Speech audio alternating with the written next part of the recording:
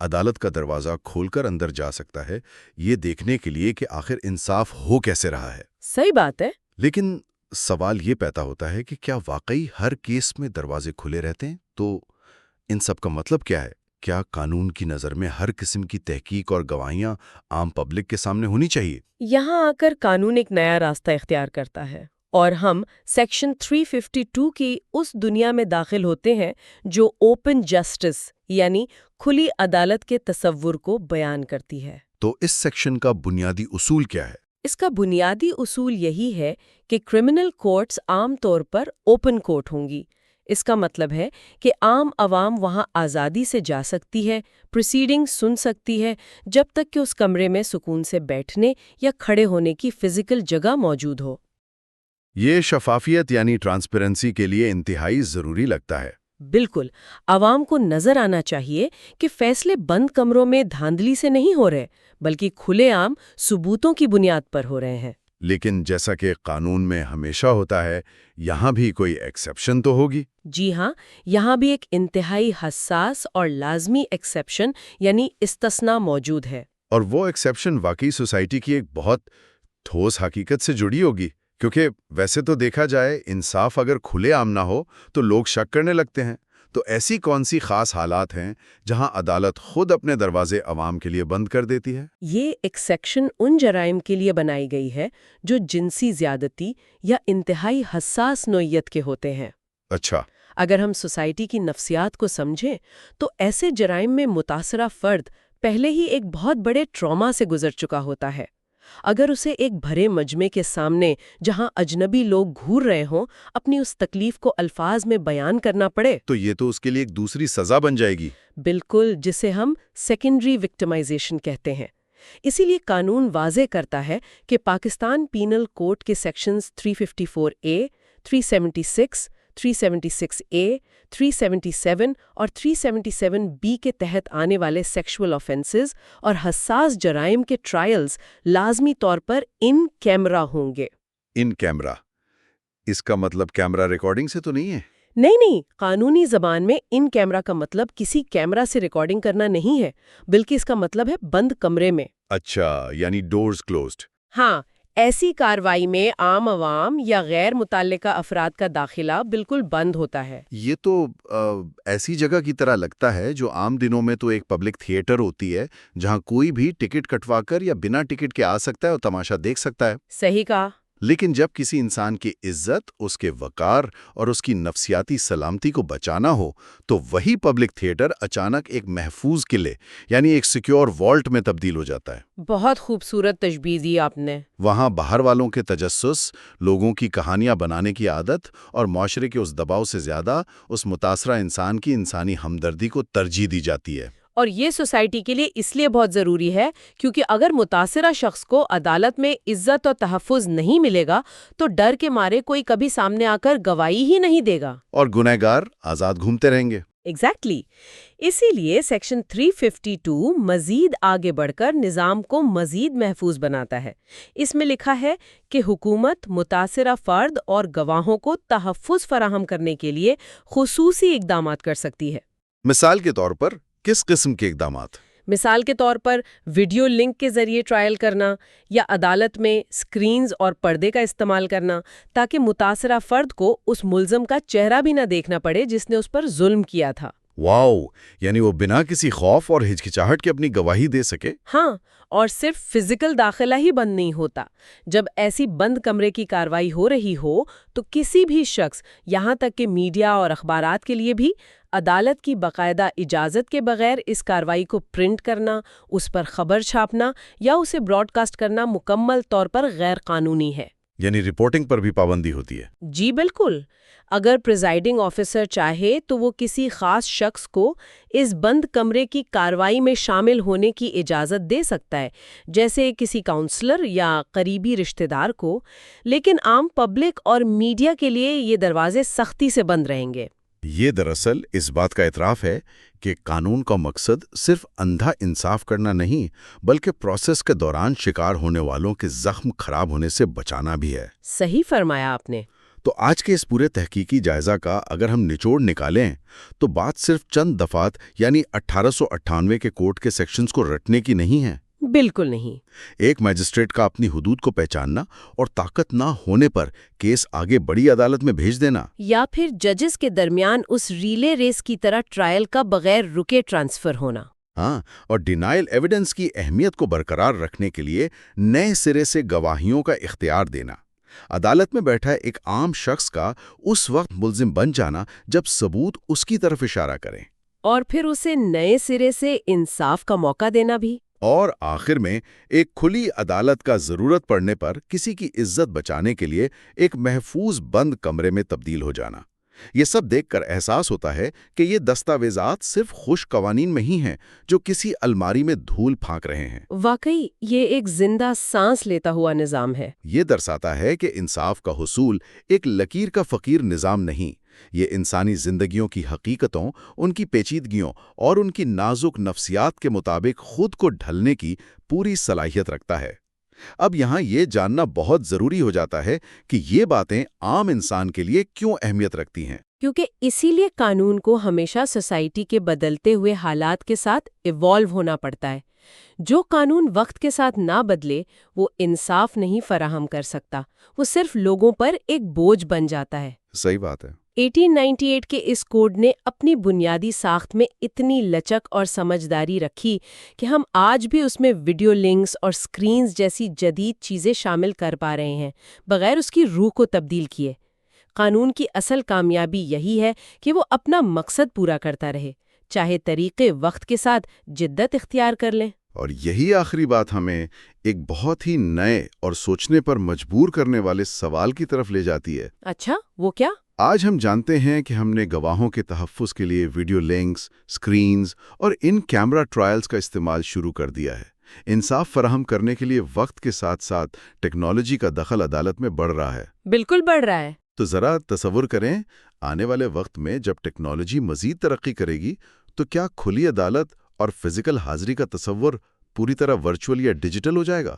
یہ تو ایک بہت گہرا سوال ہے۔ اگر مستقبل کی عدالت صرف ایک موبائل ایپ یا کسی ورچوئل ریالٹی ہیڈ سیٹ کے اندر سمٹ کر رہ گئی، جہاں جج، ملزم اور گواہ سب اپنے اپنے گھروں میں بیٹھے ہوں، تو کیا اس سے انصاف پانے کے اسے انسانی احساس میں کوئی تبدیلی آئے گی؟ واقعی سوچنے والی بات ہے۔ وہ جو کسی کے سامنے فزیکل طور پر کھڑے ہو کر آنکھوں میں آنکھیں ڈال کر اپنا بیان دینے میں اور کسی کے چہرے کے تاثرات کو قریب سے محسوس کرنے میں ایک حقیقت ہوتی ہے، کیا وہ demeanour evidence in digital screens کے پیچھے زندہ رہ پائے گا؟ یہ ایک بڑا چیلنج ہوگا مستقبل کے لیے۔ کیا وہ ریڈ کارڈ دکھانے والا ریفری ڈیجیٹل دنیا میں بھی اتنا ہی دبدبا اور اثر رکھے گا؟ یہ ایک ایسی سوچ ہے جو انصاف کے مستقبل پر نئے سوالات اٹھاتی ہے اور شاید انسانیت اور قانون کے درمیان اس نئے رشتے کو دوبارہ پریبھاشت کرنے کا تقاضا کرتی ہے۔ سوچتے رہیے۔ You are watching Legal Gupshup and GK with MD, your source for legal, historical, and breaking news. Don't forget to like, subscribe, and share for more informative content.